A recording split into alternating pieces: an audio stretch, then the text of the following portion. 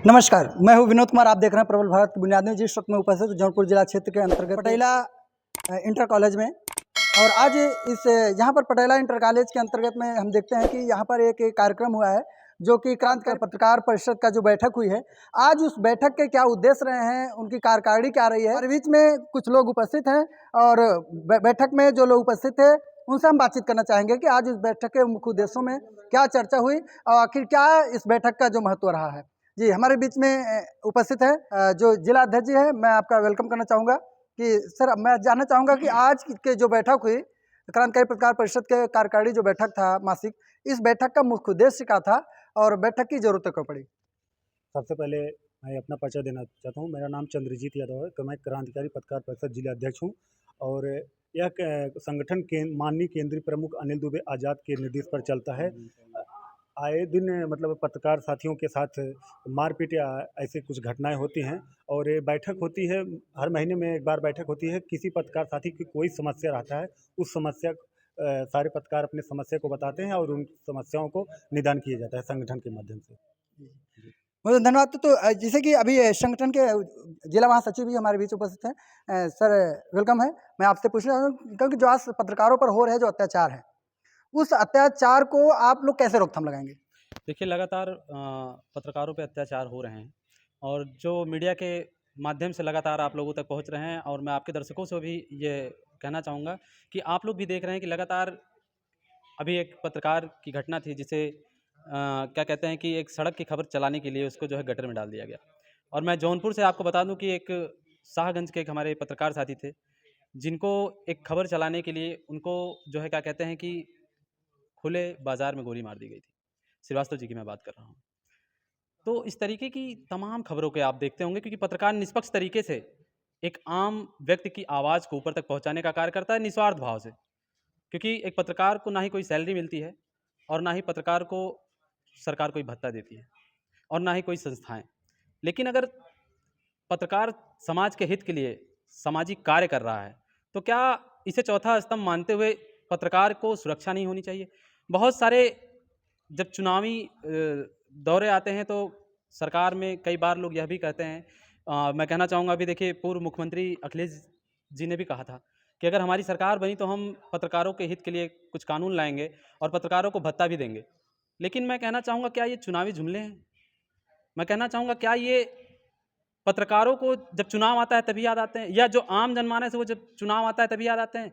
लेकिन खासकर पत्रकारों का मुद्दा इसलिए मैं उठाना चाहूँगा क्योंकि पत्रकार आए दिन प्रताड़ित हो रहे हैं, आए दिन पत्रकारों की हत्याएं हो रही हैं, और उसके बाद भी पत्रकार निर्भीक होकर के खबरों को निष्पक्ष तरीके से चलाने का कार्य कर रहा है। और लगातार आप लोगों को, मैं दर्शकों को बताना चाहूँगा कि आप लोगों तक, आप लोगों की आवाज़ को बुलंद करने के लिए पत्रकार कंधे से कंधा मिलाकर आपके साथ खड़ा है।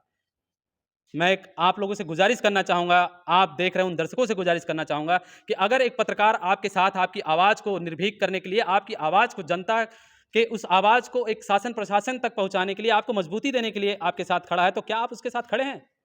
क्या आप उसकी आवाज़ बन करके उसके साथ, आपको न्याय दिलाने वाले व्यक्ति के साथ आप खड़े हैं? क्या आपके हित के बारे में सोचने वाले पत्रकार के साथ आप खड़े हैं? क्या उस चौराहे पे खड़े, उस चौराहे पे खुलेआम गोली मार दिए जाने वाले पत्रकार के साथ आप खड़े हैं?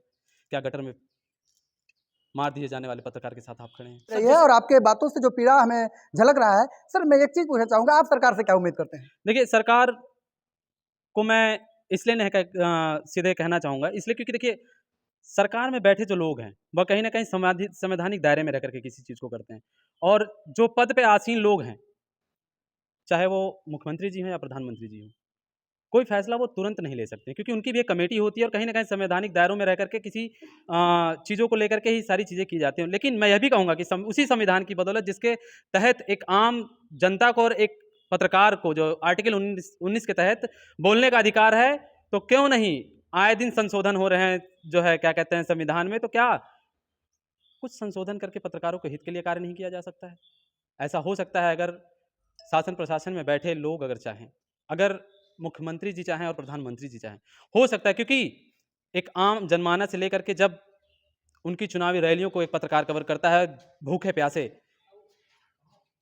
एक गांव की पीड़ा को एक भूखे प्यासे रात रात को जाकर के, क्या उसकी नींद नहीं होती है? आपने देखा होगा रात को 12 बजे, रात को 2 बजे खबरों को अगर कोई श्रोता देख रहा है, कोई दर्शक देख रहा है, तो कहाँ से मिल रही है उसको? क्योंकि पत्रकार भूखे प्यासे निसंदेह निडर होकर के वो खबरों को आप तक पहुंचाने का कार्य करता है, जिसके माध्यम से वो आप तक पहुंचती हैं और आप जानते हैं। लेकिन अगर पत्रकारों के साथ इस तरीके की घटनाएं होने, तो उसके मुझे लगता है कि आप दर्शकों को भी साथ में आना चाहिए, आगे बढ़ना चाहिए और कहीं ना कहीं उनके हक अधिकार के लिए कंधे से कंधा मिला करके आगे बढ़ना चाहिए। अगर हम आपके साथ खड़े हैं तो आप हमारे साथ क्यों नहीं? हम शासन प्रशासन की आवाज़ को आगे दो लोगों तक, जनता तक पहुंचाने के लिए खड़े हैं, तो शासन प्रशासन हमारे बारे में क्यों नहीं सोच रहा है? यह बहुत सारे सवाल हैं, लेकिन मैं इन सवालों के साथ बस एक बार यही कहना चाहूँगा, इन चैनल के माध्यम से ये कहना चाहूँगा कि अगर मीडिया को चौथा स्तंभ मानते हुए, उसके माध्यम से अपनी आवाज़ को प्रबल करते हुए शासन प्रशासन और आम जनमानस लोगों तक पहुंचने का कार्य कर रहा है, तो उसे सुरक्षा क्यों नहीं देने का कार्य कर रहा है? ये बहुत बड़ा सवाल है और ये विचार का सवाल है। इस पे विचार करना चाहिए, चुनावी जुमलों तक नहीं रखना चाहिए। बस इन्हीं शब्दों के साथ मैं विराम देना चाहूँगा और आपके दर्शकों को मैं पुनः धन्यवाद स्थापित करना चाहूँगा कि वो आपके इस चैनल के माध्यम से कमेंट कर ज़रूर बताएँ कि क्या राय है उनकी और शासन प्रशासन को लेकर के वो किस नज़रिए से एक पत्रकार को देख रहे हैं और पत्रकार के साथ क्या कुछ होना चाहिए, इन सभी पे कमेंट करके वो ज़रूर बताएँ। जैसे कि आप देख रहे थे कि जब क्रांतिकारी पत्रकार परिषद की मासिक जो बैठक हुई और मासिक बैठक में वरिष्ठ पत्रकार लोग उपस्थित रहे और वरिष्ठ पत्रकारों ने समाज की पीड़ा को तो उठाया, लेकिन साथ साथ समाज को पीड़ा मिटाते मिटाते वे खुद पीड़ित हो रहे हैं। अब आज जो खुद पीड़ित हो रहे हैं उनकी पीड़ा की आवाज़ को ना तो सरकार ध्यान दे रही है, ना तो लोग ध्यान दे रहे हैं और उसी पीड़ा को मिटाने के लिए क्रांतिकारी पत्रकार परिषद संगठन की आवश्यकता हुई, जिसको माननीय अनिल दुबे जी के द्वारा, उनके नेतृत्व में आज क्रांतिकारी पत्रकार परिषद के द्वारा पत्रकारों की आवाज़ को बुलंद किया जा रहा है और एक आवाज़ और एक मंच के तले वो शासन प्रशासन तक अपनी आवाज़ को पहुंचा रहे हैं, अपने अधिकार की लड़ाई को। हमारे बीच में तहसील अध्यक्ष जी हैं। मैं चाहूँगा तहसील अध्यक्ष जी, अभी जो पत्रकारों की हित की लड़ाई लड़ी जा रही है, संवैधानिक रूप से हर व्यक्ति संविधान की बात करता है और संवैधानिक पालन करने के लिए हर व्यक्ति प्रेरित करता है। अगर हमारे समाज और देश में संविधान का पालन हो रहा है तो भ्रष्टाचार कहाँ से आ रहे हैं? देखिए, सर्वप्रथम आपके चैनल को मैं धन्यवाद देना चाहता हूँ। मैं तहसील अध्यक्ष क्रांतिकारी पत्रकार परिषद जौनपुर से तहसील अध्यक्ष शाहगंज अरुण कुमार यादव। ये देखिए, जो पत्रकारों के साथ ये भ्रष्टाचार का बात आ रही है कि ये भ्रष्टाचार हो रहा है, उनके साथ अन्याय हो रहा है, ऐसी बात नहीं। अभी मैं बीच में सुना कि कुछ लोग बता रहे हैं कि वेतन होता नहीं होता है, तो वेतन होता है सर।